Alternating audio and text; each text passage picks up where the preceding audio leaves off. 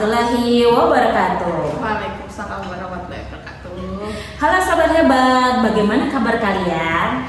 Pagi ini kita akan membahas tentang kurikulum merdeka atau yang biasa disebut sebagai IKM yang saat ini sedang hangat-hangatnya menjadi topik yang hangat ya di sekolah ya Miss Oning ya.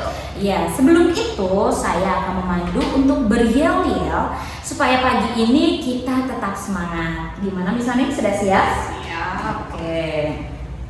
Semangat pagi, pagi, pagi, pagi luar biasa. Siapa kita? Guru hebat SDN Candirejo 1. Bisa, harus bisa, pasti bisa. Oke. Selamat pagi Miss Oning. Pagi Miss Mokti. Oke. Baiklah, hari ini biasanya ya kalau misalnya guru atau Miss Oning itu bertanya kepada murid-murid, nah giliran hari ini saya yang mau bertanya ke Miss Oning tentang kurikulum merdeka. Ini adalah kurikulum baru di tahun ini ya Miss Oning ya, yang baru diterapkan di kelas 1 dan kelas 4. Nah Miss Oning ini adalah wali kelas 4 ya. Kebetulan Oh iya. langsung sama wali kelasnya. Langsung sama wali kelasnya sendiri ya. Iya, saya itu mau bertanya tentang penilaian atau asesmen formatif dan asesmen sumatif ya. Itu yang masih saya bingung karena kita tahu sendiri ya pada saat kurikulum K13 kemarin itu ada yang namanya ujian tengah semester, setelah itu ada ujian semester, terus ada lagi ujian semester kedua dan ujian penilaian akhir atau penilaian atau semester akhir ya itu ya. Nah saya mau bertanya sebetulnya asesmen sumatif dan asesmen formatif itu apa ya? Saking banyaknya istilah jadi Iya, bingung ya. benar sekali. Ya, di sini saya akan menjelaskan apa itu asesmen formatif dan asesmen sumatif. Nah, dalam kurikulum sebenarnya itu adalah konten dari pendidikan sendiri. Nah, kurikulum itu tinggal bagaimana cara kita menyampaikan ke anak dan bagaimana cara kita menilai hasilnya. Nah, Menilai. yang akan kita bahas di sini adalah cara menilainya. Iya, itu saya agak kesulitan juga karena saya juga mampu bahasa Inggris. Itu agak gerambiang ya mungkin ya. Nah, assessment sendiri di kurikulum merdeka itu terdiri dari dua cara, formatif dan sumatif.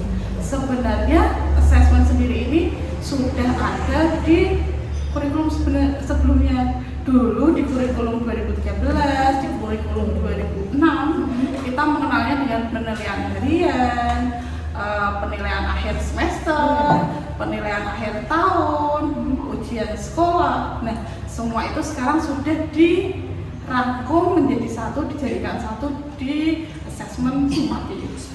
Asesmen sumatif Yeah. itu sudah semuanya ya, satu paket itu. Benar. Nah, yang pertama itu asesmen formatif. Asesmen formatif itu dilakukan di awal atau di saat proses pembelajaran itu berlangsung. Nah, gunanya asesmen formatif itu untuk mengetahui atau membantu guru untuk menentukan metode dan langkah selanjutnya dalam pembelajaran itu sendiri.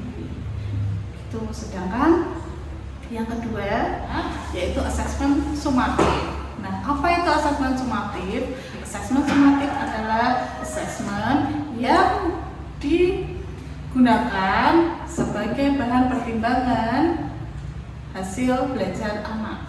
Nah, kapan dilaksanakan asesmen sumatif itu sendiri? Yaitu ketika akhir pembelajaran. Biasanya dalam satu pembelajaran itu satu topik selesai bisa digunakan asesmen sumatif, atau dari kumpulan beberapa topik setelah selesai baru dilaksanakan asesmen sumatif.